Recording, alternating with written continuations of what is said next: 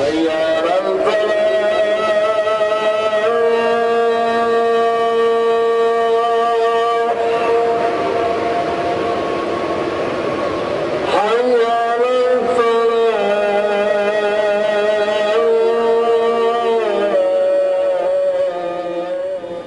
is Hala Jabir for the Sunday Times. We are currently in Damascus, the Syrian capital.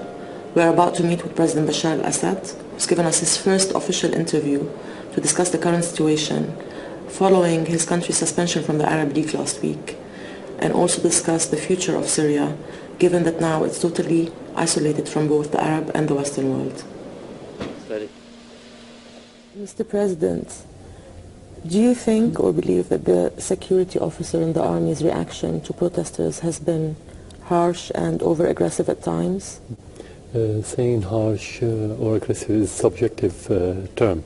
So it's better to talk about the policy of the government. We don't have any policy to be harsh, because all our policy during the last decade has been based on the support of the public in Syria. So it cannot be against the public. If there's any mistakes committed by some of the personnel in any apparatus, could be dealt through the investigation committee that we formed during the last few months. But when you have instability, you may have some problems, you may have some mistakes in the street.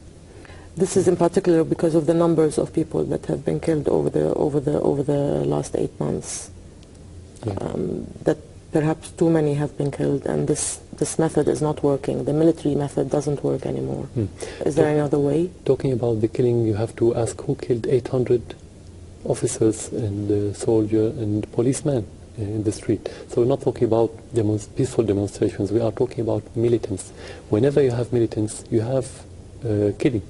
So the role of the government is to fight those militants in order to restore the stability and to protect the civilians, not by leaving them do what they want to do and talking about killing. This is our job, and that's what we are doing now. As a father, as a citizen, how do you feel when you see Syrians being killed or dying in the country? You feel sorry, you feel pain, you feel sympathetic with their families, but at the end, the most important thing, what are you going to do? Not how are you going to feel. What are we going to do to protect them, or to protect, let's say, the other civilians, the other Syrians from being killed by militants? That's what we have to think about, and that's what we are doing on a daily basis. So what will you do to protect the others? We have to prevent militants from doing what they are doing now, killing civilians, doing massacres in different places in Syria. We have to stop smuggling armaments from outside Syria, from the borders of the neighboring countries. We have to stop having the money coming to support those militants again across the borders. That's what we have to do. And how far will you go to save your country? If saving your country meant for you to resign from president or to give up the presidency, would you go that far?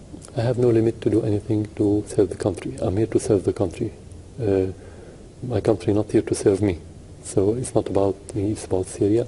The problem is not about the president now, it's about the stability of Syria, and it's about the unity of Syria. How can we keep Syria unified? If the president is a factor of unifying the country, has to stay. If he's a factor of dividing the country, has to leave.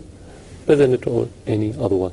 So this is the principle. But it's not, so far, it's about the unity of Syria. It's about the international intervention. Most of the Syrians are unified, and what's happening now is because of a minority of militants that's been killing Syrians on a daily basis. But there's a sector of the community that is saying that you know, they are against you as a president or the regime, you as a president plus the regime. That sector, even if it's a minority, exists. So do they not have a right to say? Of course they have the right, but through the through the elections. Through the elections. We are going to have elections in February or maybe March, and we're going to have a new parliament. After that, we're going to have new government.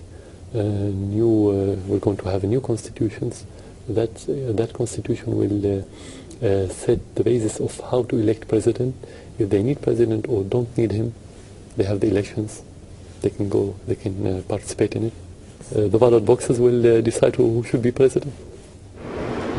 After over an hour of interviewing President Bashar al-Assad, during which time we asked over 30 questions, both political and personal, surprisingly I found a very calm, assured leader who believes that he can and will bring his country through this crisis and that there is light at the end of the tunnel.